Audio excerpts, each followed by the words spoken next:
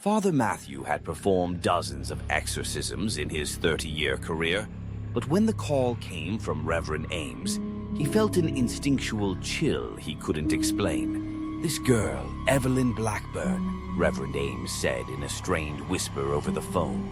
"She's beyond anything I've ever encountered." Evelyn Blackburn, 14 years old, had transformed from a gentle, shy girl into something monstrous over the past month.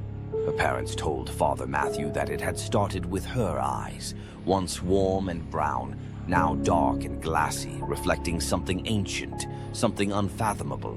She would go days without speaking, only to suddenly scream uncontrollably, her voice echoing through the house in ways that made their hair stand on end. At night, Evelyn no longer slept. Instead, she would sit upright in her bed, staring at the ceiling with unblinking eyes, her lips moving soundlessly as if she were conversing with unseen forces. Her mother reported hearing strange voices coming from her room, low murmurs and whispers in languages she couldn't understand, voices that seemed both close and impossibly distant. And then there was the smell, a thick metallic scent that seemed to seep from Evelyn's skin, filling the house with a foul, unearthly odor.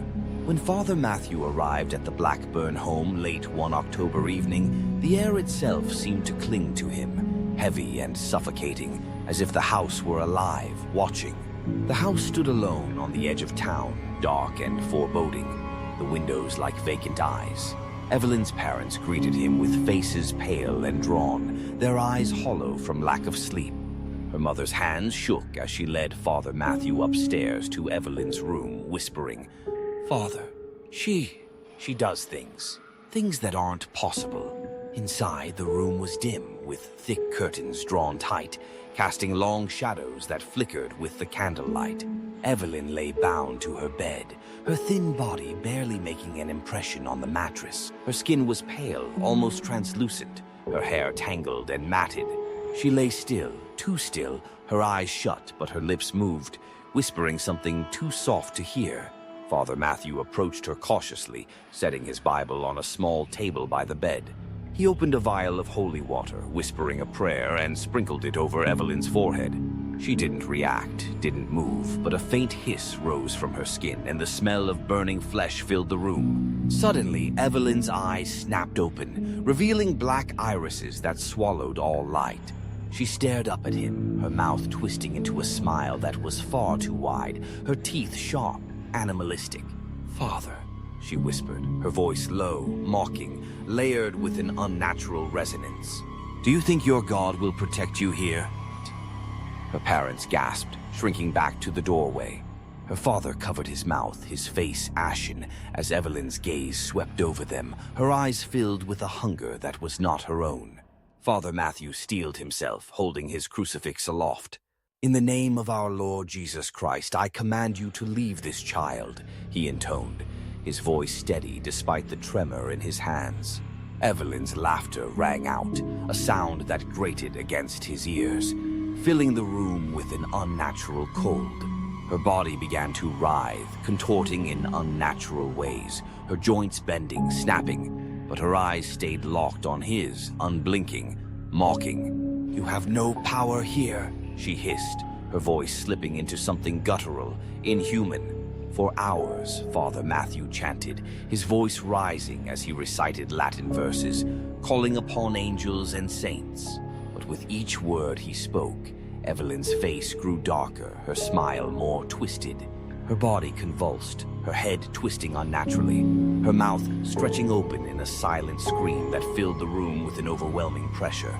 Her fingers clawed at the bed, her nails scraping deep gouges into the wood, but she never broke eye contact, her gaze boring into him, filled with an ancient, malevolent knowledge. Sweat beaded on Father Matthew's brow, his voice faltering as he began to feel something he hadn't felt in years. Fear. The shadows in the room grew thicker, pressing in around him, pulsing with a life of their own. The air turned frigid, and Evelyn's lips began to move, forming words he couldn't understand. Whispers that clawed at his mind, twisting into his deepest fears. Her voice was barely audible, but each word slipped into his thoughts like poison, making him dizzy, unsteady. And then she looked directly at him, her voice dropping to a near whisper. "Do you want to know what happened to the others?" Father Matthew froze, his mind reeling. There had been others. The exorcisms he'd performed, the ones that went wrong. The ones he'd buried deep in his memory. The faces he saw at night in his dreams. How could she possibly know? The shadows in the room seemed to breathe, pressing closer. Evelyn's body twisted again, her bones cracking as her arms bent at unnatural angles, her eyes gleaming with a cold, unearthly light. He took a step back, his heart racing. "Leave this child," he whispered, his voice shaking. "Leave her in the name of Christ." Evelyn's mouth stretched into a smile that split her face, her eyes glinting with a terrible, knowing gleam.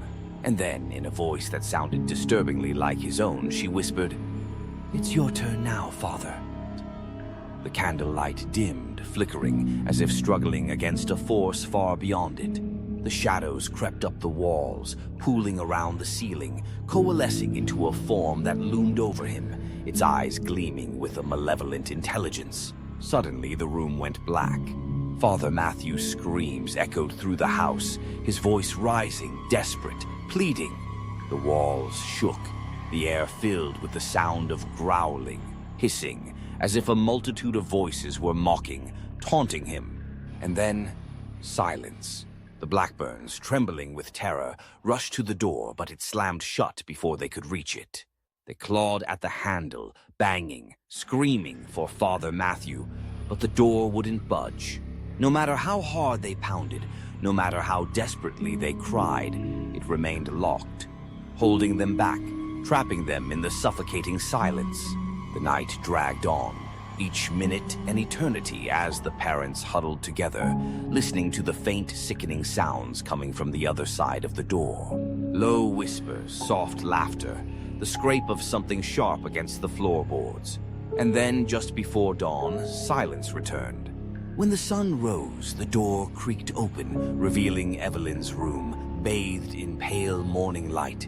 Her parents found her lying peacefully in her bed, her eyes closed, her face calm. She looked like she was asleep, her chest rising and falling with steady breaths. The room was immaculate, every trace of the night's horror seemingly erased.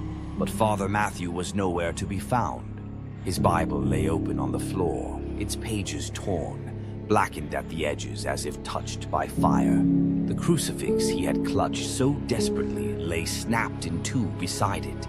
Evelyn woke slowly, her eyes fluttering open, and looked at her parents with a gentle, confused expression. "Mom, Dad, what happened?" she asked, her voice soft and innocent, as if she had no memory of the torment she had unleashed.